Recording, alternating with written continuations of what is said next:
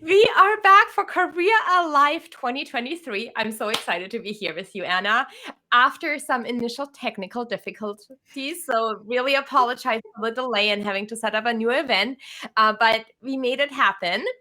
So, let's get started. I'm so happy that all of you are here. I'm Theresa, and I guide women in discovering what they're meant to do and empower them to find a fulfilling career. Anna, go ahead and introduce yourself.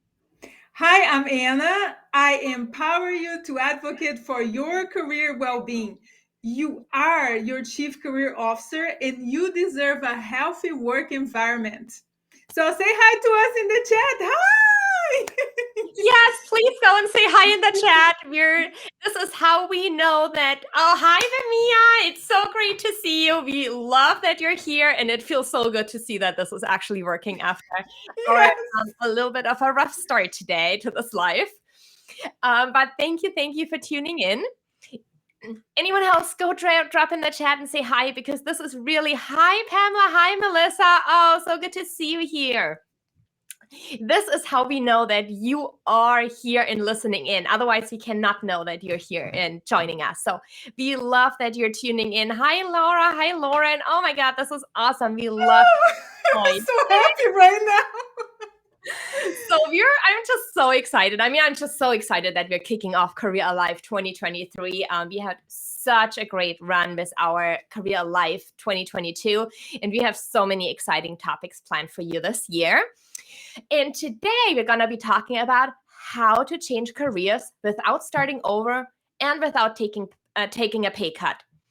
And we chose that topic today because we know how many of you wish and want to find a career that's meaningful and exciting and allows you to step in your full potential and pays you for what you're capable of.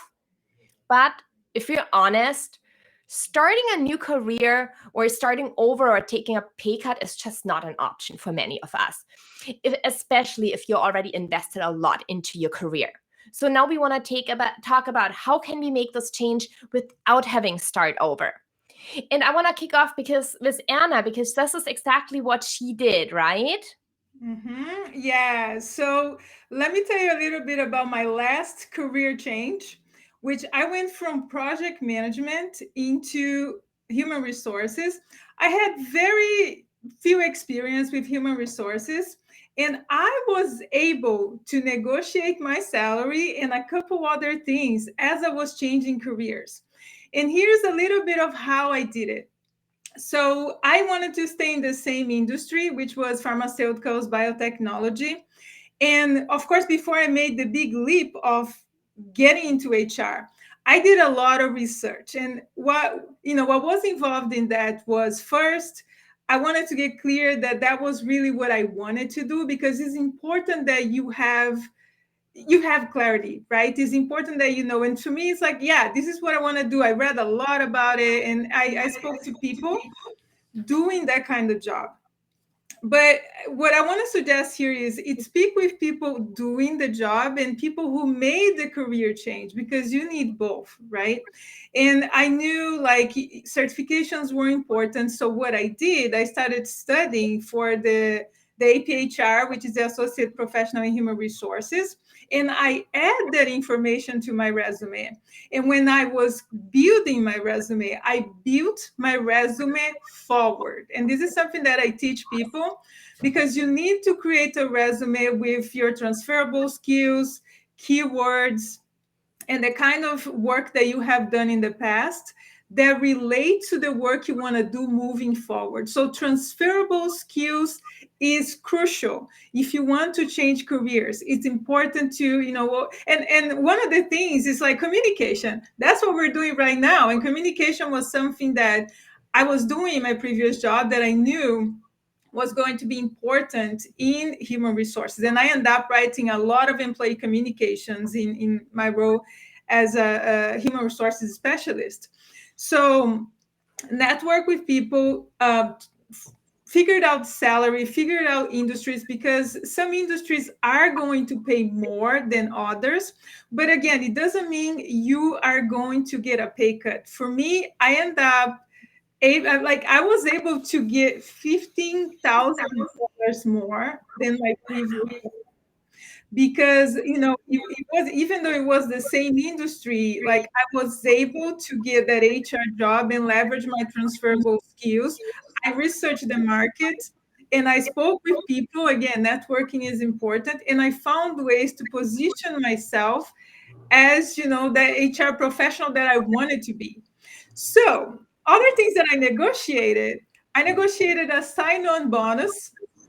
I negotiated an extra week of vacation. Whoa. And I was able to get more money. So you don't necessarily need to get a pay cut. Like, figured out the industry, figured out the salary, talk to people doing that job, because in my book, work experience is experience. It doesn't matter if you were doing something different before. I understand that, sometimes you hear here and there that, oh, work experience, but like, I don't have the 5 years of work experience in HR. But you have transferable skills from your previous jobs that you can use moving forward. And then one thing that I'm super passionate about is learning, right? So do the homework and also try to, like, if there are skills that you need to develop, you need to upskill, reskill, go for it. Like, if there's something that you need to learn a little bit more about that you don't know yet, let's say you're going for tech and you need to learn programming languages and things like that, yeah, there's no way around it, right? You need to learn those skills to position yourself as a good candidate. And you already have experience, like this whole thing of, let's say you already have 10 years of experience. If you're applying for a job where they're asking 3 years of HR experience, it's like, don't get caught up into that, because it worked for me and I don't see why it wouldn't work for you, right? So don't be afraid to negotiate. I know it's hard sometimes when you're going from one job to another, and we always feel like, oh, I'm not gonna, whatever they say, I'll take it. Or if you have been job searching for a while, right, that there's always that concern, like, oh, what if? So that's why it's important to have a sense of what kind of salary they pay for the job you're going for. And another thing that I want to end here is, whatever salary it's within that range that is reasonable. If they offer something, like, I always have like an idea, okay, like if you're aiming for 60,000 and they are trying to offer you 55, maybe try to get into 57. At least you kind of meet them in the middle, because you are going to have to live with that salary for at least 2 years. You may get like a bonus here and there, but promotion may take a while. So that's why it's important to negotiate. Oh my God, Anna, like, Pamela, you said it perfect. Amazing. Like, that sums it up. It was amazing. Like, you made a complete career change into a position that you transferred your skills to, but didn't have Yeah. any previous experience in. You negotiated a $15,000 more in salary, a week vacation, and a bonus. Is that right? Yeah. That is Mhm. awesome. Like, thank you for sharing the story. And I think this is going to inspire a lot of people listening in to that, to know that this is actually really possible. It's not, we're just not talking about this, is like a real possibility. You can change careers, you can move up in salary at the same time. Mhm. And Melissa, I also love that quote, Anna. Work experience is experience. Exactly. It doesn't matter if your title was something else before, you've done what you've done, and you Mhm. leverage that to do something else. Amazing quote. And also, if anyone has any questions at all, drop them in the chat anytime. This is a conversation. We're here to answer your questions. So just drop them in the chat, your comment, your questions, and we will try to answer as many as we possibly can. So now, after hearing Anna's inspiring story, you might wonder, like, okay, I can see this as possible to make a career change, but where do I start?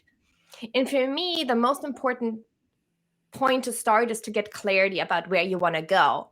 But we're going to start in the past. We're going to think of the work experience you already have, because as Anna said, any experience is experience. So we first want to find, okay, what were the experiences that you had in your past where there were moments in your work that you absolutely loved doing what you did? Now, I hear from a lot of my clients when I first talk about them about that idea, they're like, I hate my job. There's absolutely nothing I like. And that might be true. But maybe there's something related to work that you love doing. To give you an example, I had a client and she really just hated everything about her job. But then we found this one time when we kept talking about moments that she did light up and came alive.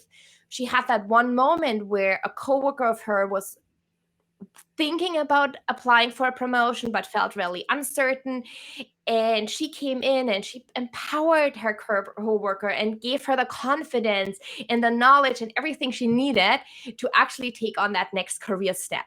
And that was one of the moments, it wasn't in her job description, but that was one of the moments she totally came alive and was so happy. And those are the moments we look for in your past experience, when you just felt like, this is exactly what I want to be doing, and I wish I could do this all day long. So ask yourself those questions. Think about, like, okay, if you were your own manager, which tasks would you assign to yourself just because you enjoy doing them? Or what projects would you be excited to take on? Or what tasks like really energize and motivate you? And when were you generally happy at work? Answer these questions for yourself and then find 3 or 4 or 5 specific experiences and examples where you've done that type of work that you really were happy and alive. And then find the commonalities. What is it that you did in all of those situations? Was it that you were advising and coaching or mentoring another employee? Or was it that you were having a bunch of data that you were able to make into a organized format and into an organized spreadsheet, and this is what you love doing? Everyone is different, but find what it is, what this piece is for you. And I love Femia's comment here: clarity is key. Figuring out what I liked and focusing on my strengths helped me discover my love for community. Oh, thanks for sharing that. And in everything Femia does, this is so clear. Like, she just shines in her work. Yes, I agree. That's why we love her. Yes. So now you figured out, okay, this is this piece that I loved in my past work. Let's take the example of mentoring. This is the one piece that I always loved and that it makes me come alive. Now, when you start to look for new career opportunities, I really like using Indeed as a job search engine, because you can search by keywords and not just by job titles. So now you can type in the keywords that you like, that you discovered in the first step, and type them in. So you can type in mentoring, coaching, employee development, training, development. Type in the words like your brilliance, what you love doing. Type those keywords in and then see what comes up.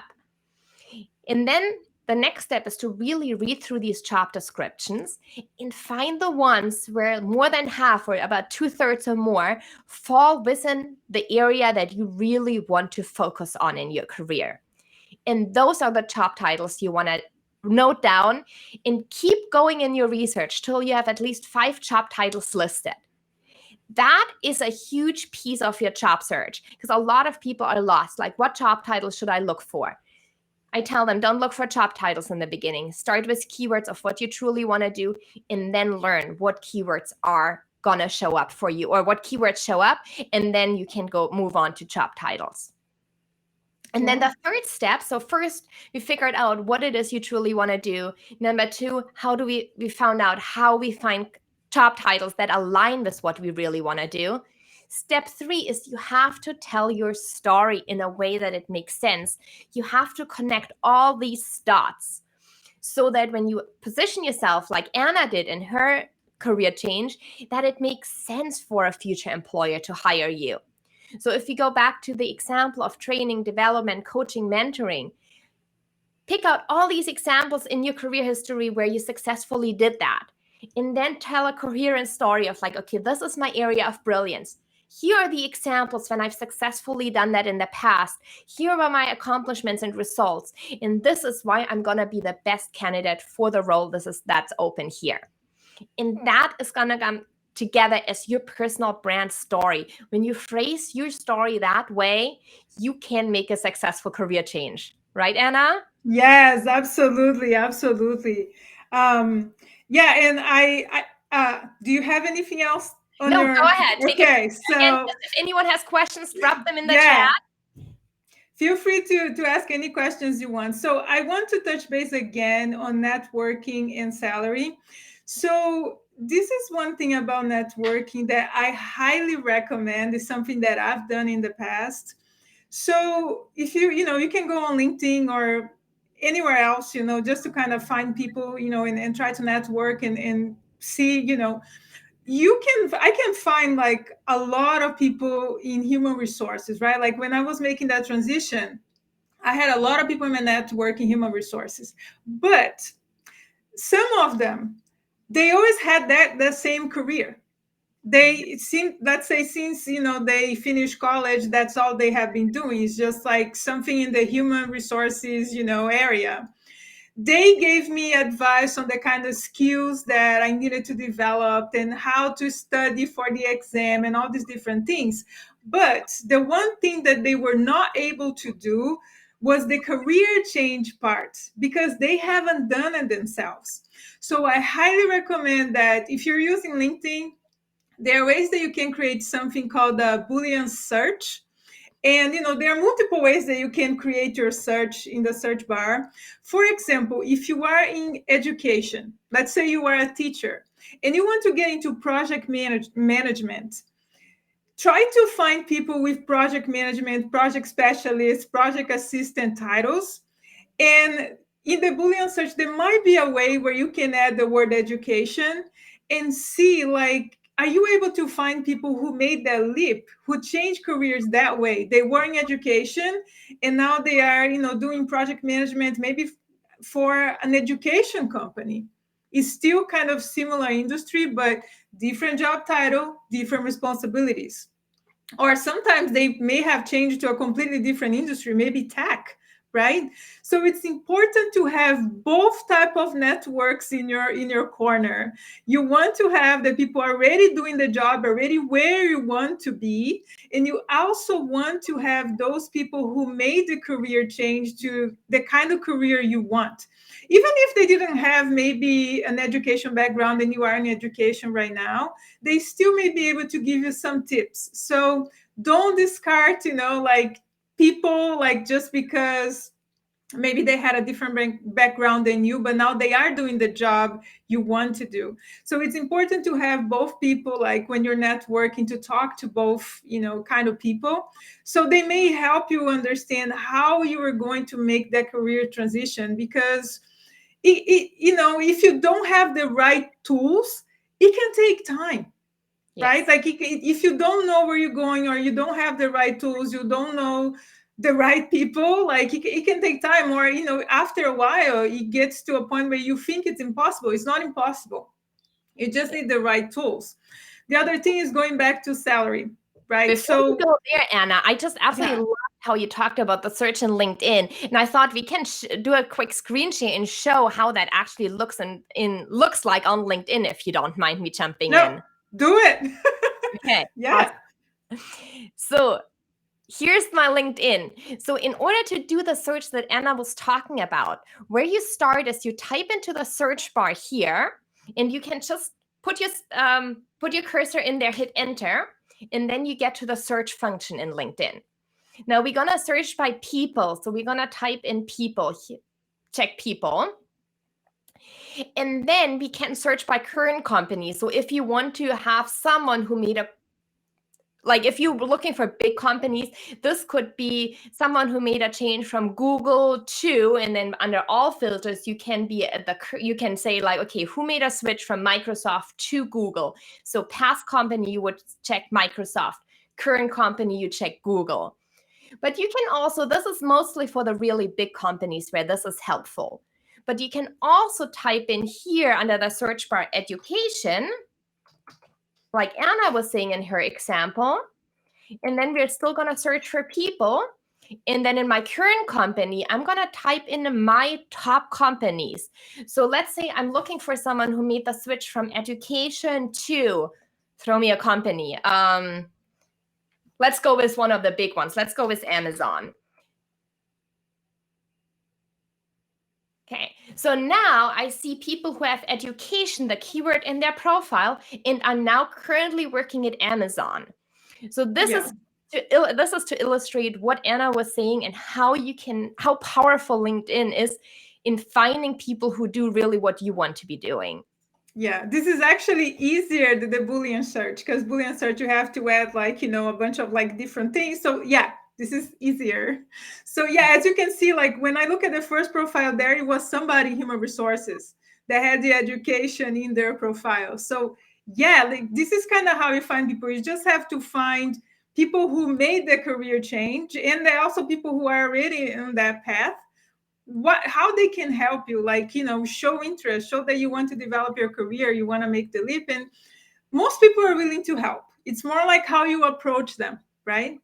Yes. So the other thing I want to talk about is salary, because as I already mentioned, so it's important that you have a sense of about, like, you have an understanding of salary based on industry, maybe your location, and all these different things, because that, in industry too, right? Because some industries like tech, finance, they may pay more than retail, for example, right? Like the same HR job in both industries are going to have very different salaries.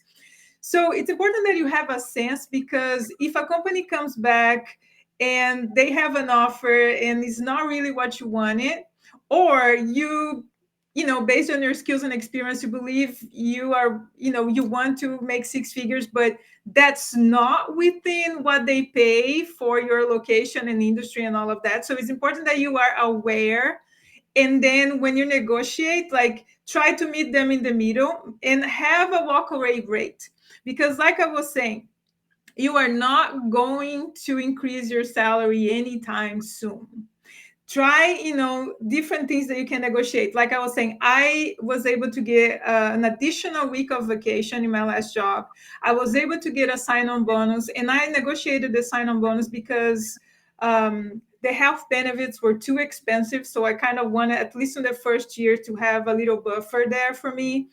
And the salary, like, I asked for something and then they offer something else, and then I told them, let's meet in the middle.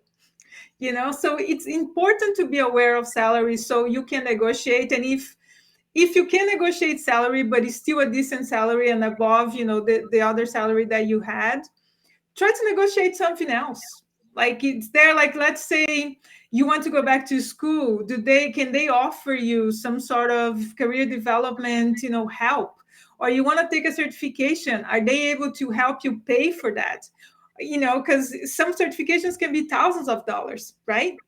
So just find ways to negotiate other things. If they are really hard on the salary and they don't want to offer anything else, try to negotiate other things. Maybe you want to work from home or just show up in the office twice a week. Maybe that's something that you can negotiate, right? So I think it's important to think about salary, but also the different things that you can negotiate. Love that, Anna. There's so much power in negotiating a salary. And it's not because you're changing career that you cannot do that. It's quite the opposite. You know what you're good at, you have the skills they need, and you're going to be able to make an impact. And that deserves a pay increase. Yeah. Absolutely love that. Again, if anyone has questions, please drop them into the chat today. And so if you liked our LinkedIn Live today and you're wondering, like, oh my God, yes, this sounds like it's possible to make a career change, but is that right for me? And where do I start? I did develop a quiz that's going to be super helpful and for you to figure this out. And if you visit my website, let me drop in right here. It's careerbloomcoaching.com/quiz. And it's about, should I change careers? It's super short. It's only less than 2 minutes. And you're going to get an answer of, is it the right time for you to make a career change? And if so, do you need a new position, a new industry? What is that change that you need? And then you're going to get personal action steps of how to get started to make that happen. So highly encourage anyone thinking about a career change to stop by here, take this quick quiz, and you instantly get your results. And let me stop the screen share here. And if there are no more questions, then maybe Anna, do you want to let everyone else know what we're going to be talking about next month? Yeah, so next month we are going to be talking about how your work environment affects your well-being. It's something that I'm very passionate about, and it's something that I speak about, and I help people try to find, healthier work environments. And just, since we're talking about career change here, sometimes you need a change, but you don't need a 360 type of change, right? Sometimes you need a new work environment. Sometimes all you need is just to make some tweaks, some changes here and there. Right. And, maybe you can be in the same kind of industry, like, that's kind of how I switch careers and do a job that is somewhat similar, but not quite, but you need the guidance Yes. because it's hard sometimes to do all of this alone. And yeah, that quiz is amazing. Please take it. And it's there, it's free. Just go for it. And yeah, I highly recommend. Thank you, Anna. All right, so we're gonna be back on March 30th. We're gonna definitely post the event in advance. We're gonna be prepared. No more technical issues next time. And then in March, we're so excited to hopefully see all of you back. Thank you everyone for tuning in. And we'll see you in March for our next Career Life. Yes, thank you so much for being here with us. We really, really appreciate it. Yes, thank you everyone. We'll see you next month.